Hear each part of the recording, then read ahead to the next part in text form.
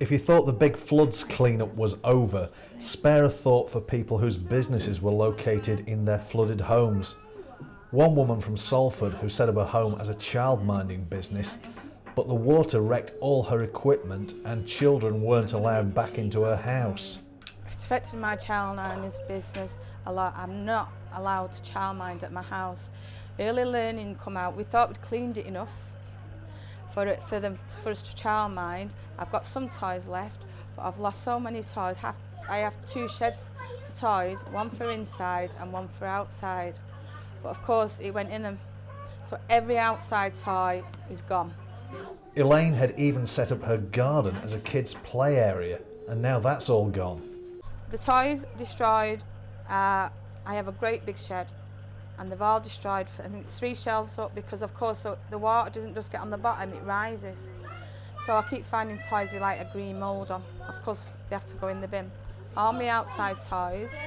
My house outside was set up on one side. I had a climbing frame, mud kitchen, slide. A Wendy house which I'd only just bought, a wooden one. We'd put a kitchen in it, we'd set it up all for the kids. They even had a chalking board in it, stuff to hang up. We tried to clean the stuff. My family came, but it was no good. You can't let children play with something what sewage has been on. The floods over Christmas were devastating for many people in our community, and when Elaine Connolly's house and business were washed out, it was the power of the internet and the local community that came together to help put her back on her feet. Yeah, when it happened, the day it happened, I had some people I know asking did I need any toys. And I said, no, you're all right, I'm insured. So, but then my husband phones the insurance the Tuesday after Boxing Day when they opened, and they said, no. Even though you're down as a childminder, none of your toys are in insurance. Nothing to do with childminding is in it.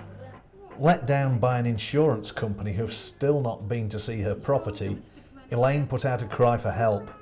So I put on Facebook the people who offered me toys, could I have them please? And then I had people adding me as friends to get me address, don't know them, turning up with toys. Even though she's now got enough toys, Elaine still needed new premises. That's when the local school stepped in with an offer of help. And I was approached by the local authority to say that we'd got a couple of nurseries in the area that were struggling, and that we had one of our childminders whose home had been completely flooded, and would we be able to help? Of course we could. We would always try and help in a situation like that. So we had a chat with the local authority, and we've agreed to allow Elaine to run her nursery, well, a childminding business here for the next few weeks. We've said really until she's back on her feet and her house is suitable to move back in. Elaine's house is now overflowing with toys donated to her, but Salford people just keep on giving. People's turned up with 2 bags of toys. My husband said, well, I've been out. One lady was going around the street, put on Facebook, does anyone know where Elaine Connolly lives? Because I've got a car full of toys for her and craft stuff. And someone told where I lived, and she knocked on my door. And I cried. That's the only time I've cried is when people have brought me stuff. My daughter's boyfriend's granddad turned up with a new playhouse for me and a new slide, and that's the only time I've cracked up actually. It's just the people. The floods may have decimated Lower Broughton, but with a strong community, people can still survive. Roland Gent, that's Manchester.